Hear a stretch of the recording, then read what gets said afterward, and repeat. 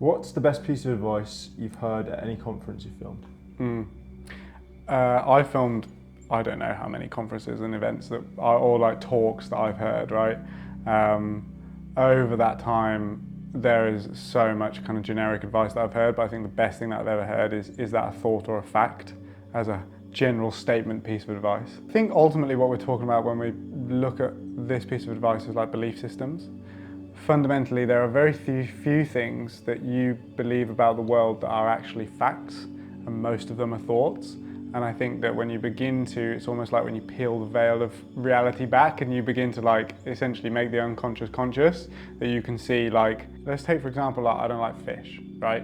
That's a thought, that is not a fact, right? Like you, like, oh maybe it is, who knows, right? Like who knows, but fundamentally like I think that most subjective opinions are thoughts, not facts. And ultimately the opinions that you hold and the way that you perceive the world makes up your belief systems. I don't know, I can only speak from like the life that I've led, which is like trying to build a business, but ultimately the person I am now is not the person that I was like 6 years ago trying to run this business. And I think that the person that I am now is not going to be the same person in 5, 10, 20 years that's capable of holding a big team and running a big business and that sort of stuff, right? So the only way that you can change that is through kind of like personal development, and by understanding the way that you view the world, the way that you perceive reality, the opinions and the thoughts that you hold about things that you think are facts, like by dissecting those and understanding whether the things that you think or the things that you believe are truly serving what you want for the future, that's probably why I would say it's the best piece of advice I've ever heard. When I first started the business, just as an example, like I wasn't really a disciplined person. I didn't take great care of my health. I didn't take great care of my mind, right? And I think that like I had this belief system that I thought was a fact that was like, I'm not a disciplined person. Or like I'd been told throughout my life that like he's got potential but he's lazy. Or like he could be good if he applied himself, right? Like these are the stories that I heard. So like I kind of just went into adult life and running a business by saying like I do have potential, but I fundamentally am a lazy person. And it wasn't until I realized that like I can actually change that, right? Like I can actually decide that I'm not a lazy person.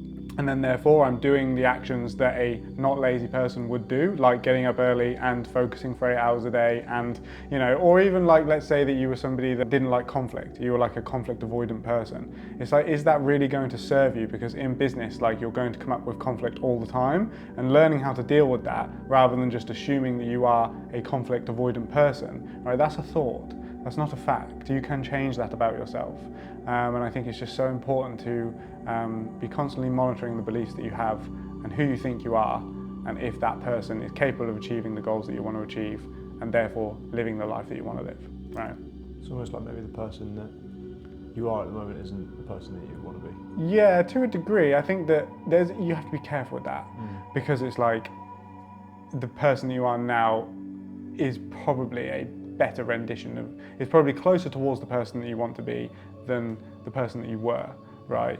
And there's a fine line between like gratitude for doing the thing, but also not beating yourself up and lowering your own self-esteem, because like certain things do take time, right? But again, that's a thought, that's not a fact. So as you hear, you have to be so careful with the way that you frame it, you know? But yeah, fundamentally, I think that's kind of along the right lines. When we were speaking the other day, when we were talking about what you wanted to do for the future, and you said that you'd love to kind of get into more like DP work, being behind the camera, being known as Josh Esteban, you know, DP, that sort of stuff. And then you said at the end, but that's going to take a few years. And it's like, well, it might not, right? Like with the, you know, like you could reach out to a person on LinkedIn and get booked for a job and be a DP tomorrow. Like, and you have to be so careful, because like you will unconsciously do things that affirm that belief system to you. If you think it's going to take years, chances are it's going to take years, right? But in my opinion, it would be so much better to believe it's going to take months or days or hours. You know what I said to you about that job that we were speccing up? And it was like, even though we haven't got that job and they've been ignoring me now, like it's so much better for me and my mental state to think and believe that we are going to get that. Like this is going to sound a bit mystical and a bit woo-woo, right? But like you don't know fundamentally the energy that you're putting out, how that's going to have a ripple effect on what's going on around you. There's third, fourth, or like first, second, third, fourth, fifth, etc. order consequences, amount of ripples that come out of decisions and things that you do and people that you speak to and stuff like that, right? And I just think that you're so much better to put the energy out into the world that you want to receive. And then if things don't work out, like if I was going to go through that process and believe that we're not going to sign that client, right, I would be in that for weeks or months. But like, I'm only disappointed for a couple of days, and then you just get over it and you move on to the next thing. And for me, that's like, I would much rather be optimistic for months or weeks and then be disappointed for a couple of days, rather than just be disappointed the whole way through. It makes no sense. You just have to be careful with this. Like, it's like beyond giving yourself like a complete existential crisis of like who you think you are as a person and stuff like that. Like, fundamentally, if there are things that you want to change about yourself, you will inherently know that, and there'll be a feeling because you'll be doing things that might make you feel good or bad. Like, I know for me, like, I've developed my routine before I come into the office in such a way that it gets me here in exactly the right state that I need to be in, which means like I've trained, I've got up early, I don't feel guilty. Like yesterday I slept in for like 2 hours, right? Because you said that you weren't coming in at 9. So I was like, oh cool, I have a lie, and I stayed up a bit later. I felt like shit in the morning, like just about myself, because like I didn't, essentially, who I think I am, the reality didn't line up with who I thought I was, right? You didn't go up and get it. Yeah, exactly. So like, you know, and then I had that guilt in the morning. Like, some people have like food guilt, right? I don't have food guilt. I have like wake up early guilt. You know, like if I'm not up between like 5 and 6, I'm like, oh shit, I've wasted the day.